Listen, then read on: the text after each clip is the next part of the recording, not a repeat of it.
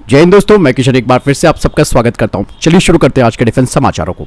चलिए बढ़ते हैं पहले डिफेंस अपडेट की तरफ। दोस्तों, अमेरिकी कंपनी बोइंग की तरफ से कहा गया है कि उसने अपने F-18 सुपर हॉर्नेट और F-15EX फाइटर जेट को भारतीय वायुसेना के MRFA कंपटीशन में पेश किया है और ऐसे में अब इंडियन एयरफोर्स के पास और ज्यादा विकल्प बचते हैं इनमें से किसी एक को चुनने को लेकर। यहाँ पर दरअसल बोइंग अब लॉकहीड मार्टिन को भी कंपटीशन दे रहा है, जिसने अपने F-21 फाइटर जेट की पेशकश कर रखी है। वहीं दूसरी तरफ दोस्तों, अमेरिकी कंटेंडर्स के विपरीत 4 और मैन्युफैक्चरर्स हैं जो कि MRFA की रेस में बने हुए हैं। अब भारत सरकार को ही इसमें फैसला करना है और भारत सरकार बेसिकली इसमें जो फैक्टर्स हैं जिन्हें वो प्राथमिकता दे रही है उसमें है इन फाइटर जेट्स की टेक्निकल क्षमताएं, ट्रांसफर ऑफ टेक्नोलॉजी और लाइफ साइकिल कॉस्ट। इसी के आधार पर किसी एक को चुना जाएगा। ऐसे में अमेरिका भले ही यहाँ पे अनुमान तो लगा रहा है कि उसके फाइटर जेट्स यहाँ पर कंपटीशन में है, लेकिन भारतीय वायुसेना अमेरिकी फाइटर जेट्स में कोई इंटरेस्ट नहीं दिखा रही है। चलिए बढ़ते नेक्स्ट अपडेट की तरफ।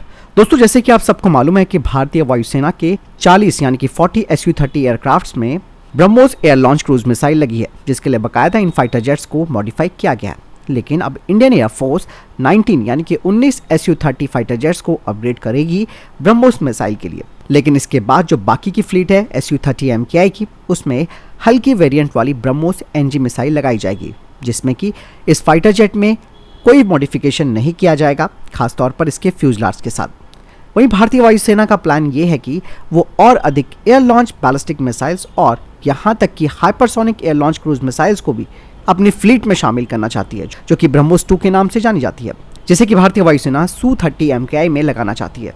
और इस तरीके से ये जो फाइटर जेट है वो एक मिनी स्ट्रैटेजिक बॉम्बर्स में बदल सकता है। चलिए बढ़ते हैं नेक्स्ट अपडेट की तरफ। दोस्तों, भारत का AMC फाइटर जेट प्रोग्राम काफी तेजी से आगे बढ़ रहा है और इसमें कोई डाउट नहीं है कि भारत भी इस चीज को ऑब्जर्व कर रहा है कि कई देश जो 5वीं पीढ़ी के फाइटर जेट्स बना रहे हैं वो हमसे आगे निकल गए। लेकिन दोस्तों, ऐसे में DRDO के द्वारा जो बनाया गया ultra wide band radar observing skin है उसे AMCA फाइटर जेट पर लगाया जाएगा, जो कि AMCA की जो स्टेल्थ क्षमता है उसे और बढ़ा देगा। साथ ही दोस्तों, ये एक स्पेशल डिजाइन मटेरियल है जो कि वाइडर रेंज ऑफ फ्रीक्वेंसी में इलेक्ट्रोमैग्नेटिक वेव्स को भी ऑब्जर्व कर सकता है और यही नहीं, दुश्मनों के एडवांस रडार्स भी इस फाइटर जेट को डिटेक्ट नहीं कर पाएंगे। यानी कि AMCA फाइटर जेट को रडार के द्वारा पहचान पाना नामुमकिन हो जाएगा, जो कि मॉडर्न वॉरफेयर में एक क्रिटिकल एडवांटेज भारत को देगा। चलिए बढ़ते हैं नेक्स्ट अपडेट की तरफ। दोस्तों, अडानी डिफेंस भारतीय सेना को 2 महत्वपूर्ण हथियार प्रणाली डिलीवर करने वाला है, जिसमें कि पहली डिलीवरी होगी UAV launch precision guided munition की। इसके अलावा अडानी डिफेंस ने जो DRDO के साथ मिलकर ULPGM बनाया है उसे भी वो इंडियन आर्म फोर्सेस को देने के लिए तैयार है और ये एक कॉम्पैक्ट मिसाइल है। इसका छोटा आकार हल्के क्वाडकाप्टर से भी इसे प्रक्षेपण करने की अनुमति देता है, जिससे कि सैनिकों को अत्यधिक मोबाइल और सटीक हमला करने की क्षमता मिलती है। इसके अलावा दोस्तों, ये जो ULPGM है ये जैम प्रूफ टेक्नोलॉजी का दावा करता है, जो कि कंटेस्टेड इन्वायरमेंट में इसकी इफेक्टिवनेस को सुनिश्चित करता है। ULPGM के साथ साथ Adani defence very short range air defence system भी प्रदान करने वाला है। ये man portable air defence system DRDO के सहयोग से तैयार किया गया है और इस तरीके से ये जो उन्नत प्रणालियां हैं इनका भारतीय सेना को मिलना भारतीय सेना के आधुनिकीकरण के प्रयासों का एक बड़ा हिस्सा है। चलिए बढ़ते हैं नेक्स्ट अपडेट की तरफ। दोस्तों, हाल ही में सैटेलाइट इमेजेस से पता चला है कि भारत के कोचिन शिपयार्ड के पास एक नई फैसिलिटी का निर्माण किया जा रहा है और डिफेंस एक्सपर्ट्स कहते हैं कि ये जो फैसिलिटी है वो बड़ी परमाणु पनडुब्बियों को विकसित करने के लिए डेडिकेटेड हो सकती है। यहाँ पर सबसे खास बात यह है कि यहाँ पर विशाल जहाजों के निर्माण के लिए बनाई गई एक ड्राई डॉक भी शामिल है। ये जगह L&T हैवी इंजीनियर से काफी पास में है, जो कि पहले से ही भारत में मौजूदा परमाणु पनडुब्बी प्रोग्राम के लिए हल की आपूर्ति करने वाली कंपनी है। हालांकि अभी भी इस नई फैसिलिटी का जो एम है वो पता नहीं चल पाया, लेकिन और जो सुझाव मिले हैं वो कहते हैं कि इसे परमाणु संचालित अटैक पनडुब्बियों के निर्माण के लिए तैयार किया जा सकता है, जबकि कुछ लोग अनुमान लगा रहे हैं कि ये S-5 बैलिस्टिक मिसाइल पनडुब्बी यानी कि SSBN प्रोग्राम का हिस्सा हो सकता है और SSBN एक परमाणु संचालित पनडुब्बी है जिसे कि विशेष तौर पर बैलिस्टिक मिसाइलों को लॉन्च करने के लिए डिजाइन किया गया है। भारत का परमाणु पनडुब्बी प्रोग्राम रणनीतिक रूप से काफी महत्वपूर्ण प्रोग्राम है। वर्तमान में भारत के पास एक ऑपरेशनल परमाणु पनडुब्बी INS अरिहंत ऑपरेट हो रही है, जबकि 3 अन्य के परीक्षण चल रहे हैं। और ये जो सैटेलाइट इमेज आई है वो एक और महत्वपूर्ण विकास की ओर संकेत देती है कि भारतीय अधिकारियों ने इस नई फैसिलिटी के बारे में कोई आधिकारिक टिप्पणी नहीं की है और आने वाले महीनों में शायद थोड़ी जानकारी सामने आएगी। हालांकि दोस्तों, हम भी इस बारे में एग्री नहीं करते कि ज़रूरी नहीं है जो चीज़ पब्लिक डोमेन में नहीं आनी चाहिए उसके बारे में कोई नॉलेज देने की किसी को कोई ज़रूरत नहीं है। और ऑलरेडी भारत में इतने सारे जो स्पाइस पकड़े जाते हैं वो यही तो काम कर रहे हैं। इसीलिए हम भी अपनी गरिमा और हम भी अपने मापदंडों को समझते हैं कि हमें क्या चीज़ प्रकाशित करनी चाहिए और क्या चीज़ नहीं। बढ़ते नेक्स्ट अपडेट की तरफ। हाल ही में मैंने आपको डिफेंस अपडेट में बताया था कि कैडेट डिफेंस सिस्टम ने भारतीय सशस्त्र बलों के लिए लॉइटरिंग एरियल म्यूनिशन जिसे कि लैम कहा जाता है उसको पेश किया है। अब 2024 के अंत तक 50 से अधिक ये जो लैम है यानी कि लॉइटर एरियल म्यूनिशन उनकी यूनिटें इंडियन आर्म फोर्सेस को दी जाएंगी। अब कैडेट डिफेंस सिस्टम का मानना है कि वो बड़े पैमाने पर इनका उत्पादन करेगा, जिसका लक्ष्य अगले 2 से 3 सालों में करीबन 5000 लैम को तैयार करना है। और इस लैम सिस्टम के बारे में और ज़्यादा जानकारी अब सामने आई है कि इसमें अत्याधुनिक टेक्नोलॉजी का इस्तेमाल किया गया है, जैसे कि कैनिस्टर एरियल लॉइटरिंग म्यूनिशन, यानी कि इन लॉइटर म्यूनिशंस को संभावित रूप से कैनिस्टर से लॉन्च किया जा सकता है, जिससे कि तेजी से तैनात की और अचानक से हमला भी किया जा सकता है। साथ ही स्टैंड ऑफ क्षमताओं के साथ ये एक लड़ाकू यूएवी का काम करेगा, यानी कि ये यूएवी सुरक्षित दूरी से म्यूनिशंस को लॉन्च कर सकता है। और इसके अलावा ये एक टैक्टिकल वीटोल यूएवी होगा, यानी कि vertical take off and landing क्षमताएं इसमें होंगी, जो कि इसे और अधिक ऑपरेशनल फ्लेक्सिबिलिटी प्रदान करेगी। साथ ही दोस्तों कहा यह भी जा रहा है कि ये स्वार्मिंग और मैन अनमैन टीमिंग के साथ काम कर सकता है। बढ़ते नेक्स्ट अपडेट की तरफ। दोस्तों भारत अब हर्मिस 900 स्टारलाइनर ड्रोन जिसे कि दृष्टि 10 भी कहा जाता है उसे अब पाकिस्तान से लगी सीमा पर तैनात करने वाला है। और कहा जा रहा है कि भारतीय सेना को 18 मई को ये ड्रोन सौंपा जाएगा। इससे पहले दोस्तों हर्मिस 900 को भारतीय नौसेना को सौंपा गया था। अब दूसरा ड्रोन सेना को मिलेगा। अडानी डिफेंस के अनुसार उन्होंने 70% यानी कि 70% ड्रोन का स्वदेशीकरण किया है और आगे भी इसका स्वदेशीकरण करते रहेंगे। भारतीय सेना ने इजराइल के कुछ और सैटेलाइट कम्युनिकेशन कर सकने वाले ड्रोन्स भी शामिल किए हैं। ये ड्रोन 30 घंटे से ज्यादा उड़ान भरने में सक्षम है और एक बारी में 2000 किलोमीटर की दूरी तय कर सकता है। यही नहीं, हर्मिस 900 दोस्तों टारगेट हिट भी कर सकता है। चलिए बढ़ते नेक्स्ट स्टोरी की तरफ। दोस्तों बॉर्डर एरिया में इंफ्रास्ट्रक्चर डेवलपमेंट के साथ रक्षा मंत्रालय ने प्राइवेट कंपनियों को आगे आकर योगदान देने की बात कही है। इसके लिए रक्षा मंत्रालय ने इंफ्रास्ट्रक्चर से जुड़ी कंपनियों को वाइब्रेंट विलेज प्रोग्राम में मदद करने की बात कही है। हाल ही में डीआरडीओ के द्वारा एक प्रोग्राम आयोजित किया गया था, जिसमें कि रक्षा सचिव गिरधर आरमानी जी ने कहा कि सीमावर्ती क्षेत्रों में बुनियादी ढांचे के विकास पर सरकार के द्वारा काफी ध्यान दिया जा रहा है, लेकिन इंफ्रास्ट्रक्चर कंपनियों को भी सरकारी तंत्र को मजबूती प्रदान करने की सख्त जरूरत है। यही नहीं, उन्होंने बताया कि सरकार जहां सशस्त्र बलों को आधुनिक हथियार और उपकरण उपलब्ध करा रही है, तो वहीं निजी क्षेत्रों को सीमावर्ती क्षेत्रों में बुनियादी ढांचे को मजबूत करने में योगदान भी देना चाहिए।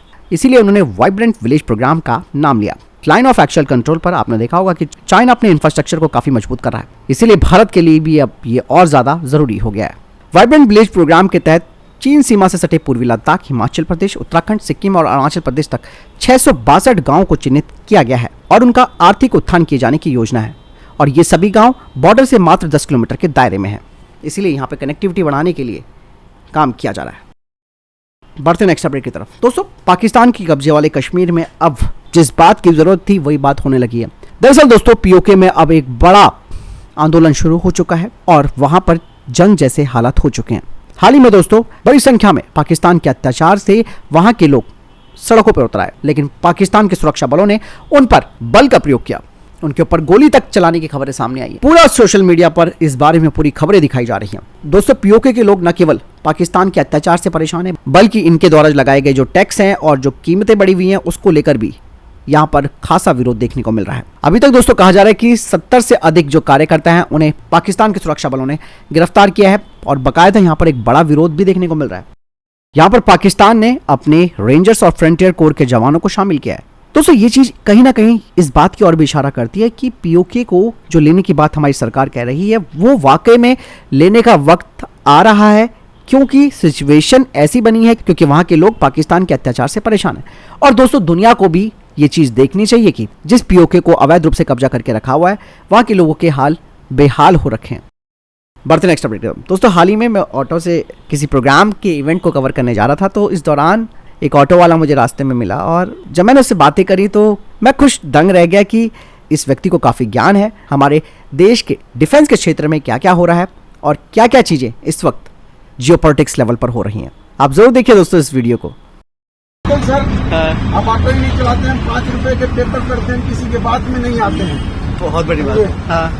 और जिसने जैसे ब्रह्मोस मिसाइल का जो सप्लाई किया, समझे, पहले हमारे देश का करेंसी जैसे विदेशों में छपा करता था जब वित्त मंत्री थे पी चिदम्बरम, और आज हमारे देश में फाइटर प्लेन बन रहा है, समझे, फाइटर प्लेन बन रहा है, मिसाइलें बन रही है।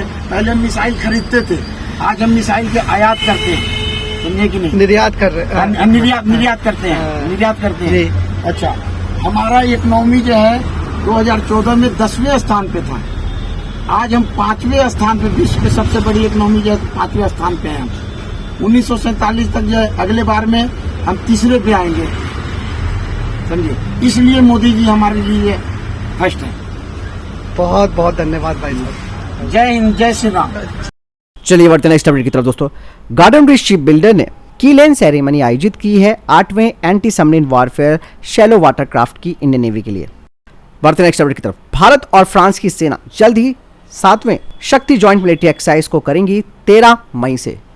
बढ़ते हैं नेक्स्ट अपडेट की तरफ दोस्तों। अभी तक आपको पता होगा कि रशिया भारत को हथियार सप्लाई करता है, लेकिन इस बार कुछ ऐसा हुआ है कि भारत से ही रशिया ने हथियार खरीदे हैं। भले ही दोस्तों जंग चल रही हो रशिया यूक्रेन के बीच, लेकिन दोस्तों रशिया ने भारत को लगातार हथियार दिए। लेकिन दोस्तों रूस के निर्यातकों ने भारत में बने करीबन 4 अरब डॉलर के हथियार और अन्य जो लॉजिस्टिक हैं वो खरीदे हैं।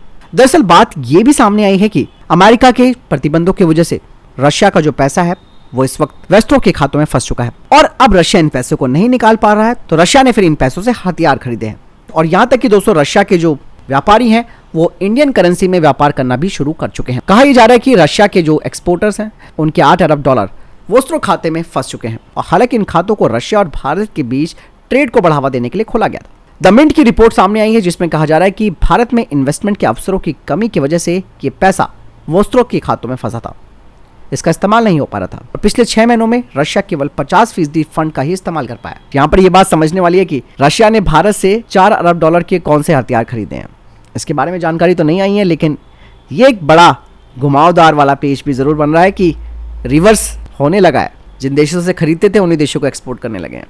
फिलहाल आपको क्या लगता है कमेंट सेक्शन में लिखकर जरूर बताइएगा। चलिए बढ़ते हैं नेक्स्ट अपडेट की तरफ दोस्तों।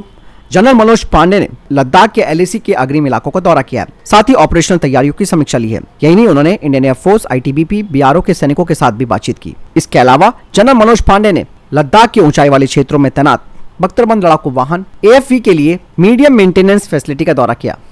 तो फिलहाल ये थे के टॉप डिफेंस अपडेट्स। वीडियो के सामने कोई प्रश्न जवाब आपको कोई सवाल कमेंट सेक्शन में लिखकर जरूर पूछ सकते हैं। वीडियो को जरूर लाइक कीजिएगा, शेयर भी कीजिएगा। जय वंदे मातरम।